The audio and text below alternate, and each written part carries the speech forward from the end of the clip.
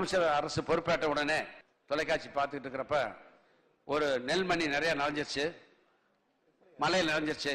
மாண்புமிகு முதலமைச்சர்கள், மாண்புமிகு வேளாண் உழவர் நலத்துறை அமைச்சரும் என்னையும் உடனடியாக நீங்கள் வீட்டுக்கு பெறப்பட்டு வாருங்கள் என்று சொன்னாங்க. எங்க இருக்கீங்க கேட்டாங்க. சென்னையில் தான் இருக்குன்னு சொன்னோம். 2 பேரும் வீட்டுக்கு போனோம்.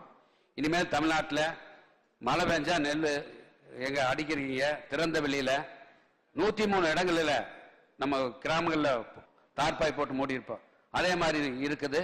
எனவே அதையெல்லாம் சொந்த இடத்தில் வைப்பதற்கு உங்கள் வேளாண்மை துறை, கூட்டுறவுத்துறை, அதே மாதிரி மற்ற எந்தெந்த துறையில் இடம் இருக்கிறதோ அதையெல்லாம் நீங்கள் பயன்படுத்த வேண்டும் என்று சொன்னார்.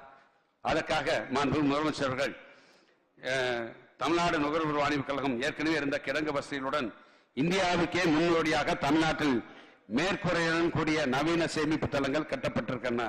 4.03 லட்சம் மெட்ரிக் டன் சேமிக்கும் வகையில் 333 கோடி ரூபாய் மதிப்பீட்டில் சேமிப்பு தளங்கள் கட்ட மாண்புமிகு முதலமைச்சர்கள் ஆணையிடப்பட்டு 2.83 லட்சம் மெட்ரிக் டன் கொள்ளளவு கொண்ட சேமிப்பு தளங்கள் திறக்கப்பட்டு பயன்பாட்டில் உள்ளன.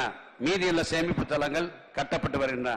இதனால் கொள்முதல் செய்த நெல்லை திறந்த வெளியில் சேமிப்பதை குறைத்தும் நெல் கொள்முதல் நிலையங்களிலிருந்து உடனுக்குடன் நெல்லை அனுப்பி வைத்ததன் காரணமாக தரமான அரிசி கொடுக்க நேர்ந்ததோடு அரசுக்கும் கணிசமான தொகையை மீதப்படுத்தியுள்ளோம் என்பதை இந்த நேரத்தில் தெரிவித்துக் கொள்கிறேன்.